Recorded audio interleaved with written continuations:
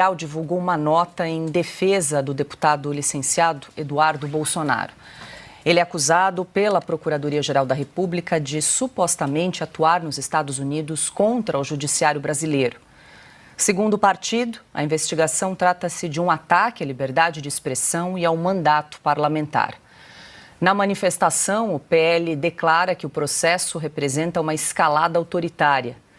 Diz ainda que Eduardo não pode ser alvo de investigação por opiniões públicas, mesmo que licenciado do cargo.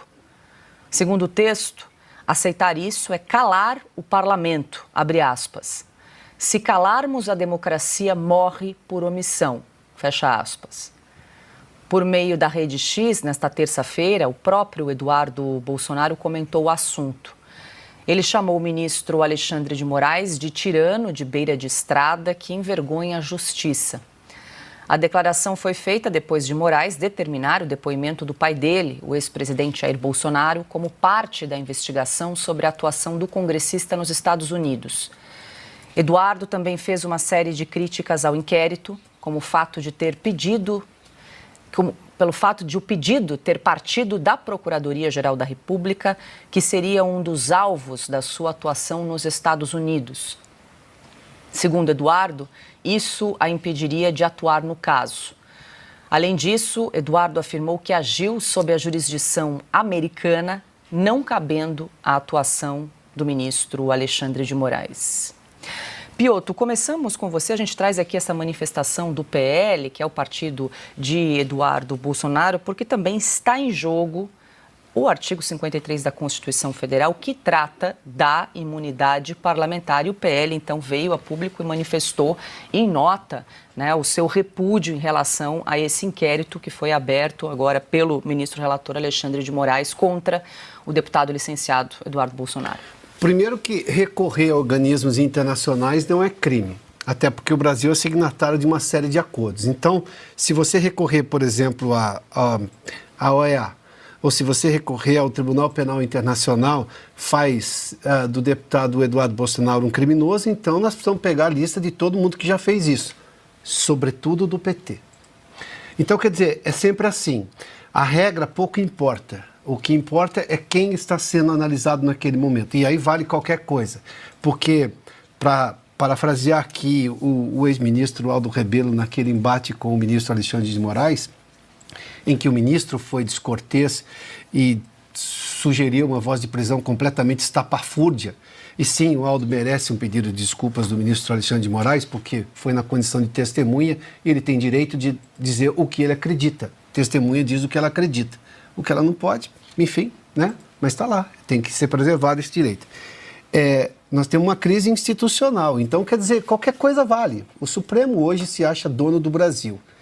Foi isso que o Aldo denunciou lá, nós estamos denunciando isso há muito tempo, e muita gente fez cara de paisagem lá em 2019, quando isso começou, e começou pesado. E eu estou me referindo aqui, e eu não vou poupar essa gente não, porque o que nós estamos vivendo aqui é a omissão de muita gente. Juristas, jornalistas, acadêmicos, essas entidades que hoje não servem para absolutamente nada, lamentavelmente, como a OAB. A ABI eu nem vou citar, porque sei lá o que é isso hoje em dia, mas vamos lá. O que nós temos hoje, a realidade clara, o Supremo está querendo criminalizar uma coisa que não é crime, mas porque ele acha que é crime. Então é assim, basta o procurador achar que é crime, o ministro achar que é crime, e mesmo que não tenha sido até outro dia, passa porque para perseguir qualquer pessoa da direita vale qualquer coisa. E é aí que nós perdemos o país, e é aí que a gente perde a Constituição. E tivemos a anuência, ou melhor, eu vou chamar de omissão de muita gente. Esse armagedom institucional que nós estamos vivendo aqui hoje, é sim motivado pelo Supremo, a começar dele, mas com omissão do Congresso, omissão de muita gente do país. Para se ter uma ideia, vamos lá. O entendimento legal hoje é: você não pode processar ninguém, um parlamentar, se ele tem um crime durante o mandato. Se ele está sendo acusado por um crime durante o mandato. Crimes anteriores ao mandato, isso já está pacificado. Não é o caso. Ele foi agora. E outra, ele foi na condição de um deputado licenciado, está em um outro país. O Supremo faz aí sempre um arrumadinho para tentar arranjar uma justificativa e conta com, digamos, a vassalagem de um monte de gente ainda que se presta a autenticar ou a legitimar atos do Supremo. Agora, o Pietro está fazendo o quê lá? Está criticando o governo brasileiro? É o que a gente está fazendo neste momento aqui. Não pode, é crime. O que ele fez? Está tramando um golpe, a invasão, como, segundo E só fatos públicos, né? A geopolítica do Alexandre de Moraes, isso é possível. Está tramando o quê? A invasão do Brasil pelo Acre, né? Que o Alexandre de Moraes achou possível e disse isso numa palestra. Então você tem que passar o Peru, Colômbia, né? Aí você entra. Em vez da Venezuela aproveitar e entrar direto, o Alexandre de Moraes acha que ela vai preferir invadir 3 países. Então, se o Alexandre de Moraes fala uma coisa dessas, isso aí é desinformação ou não? Ele rasga a Constituição de meia e meia hora, isso é bom para o Brasil, isso é bom para a região. Agora, o não pode um deputado, ainda que não fosse, não pode falar mal do Brasil. Mas aqui o brasileiro fala mal até da mãe, meu Deus do céu. Agora quer mudar a história do Brasil desde 1500. Isso aí é só dar na cabeça de maluco.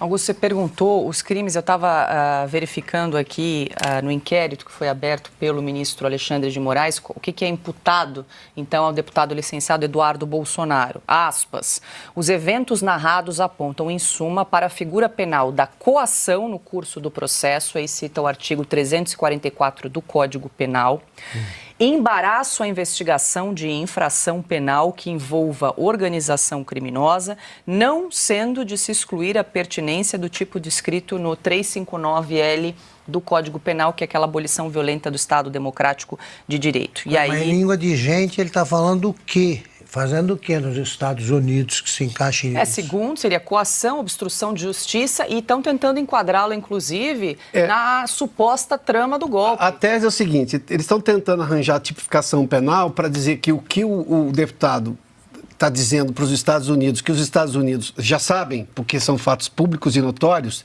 e que são crimes contra os direitos civis americanos, de americanos, contra a soberania americana, ou seja, isso teria uma relação para que a ação americana motivasse alguma coisa que inibisse o Supremo de investigar o que eles chamam de atos golpistas.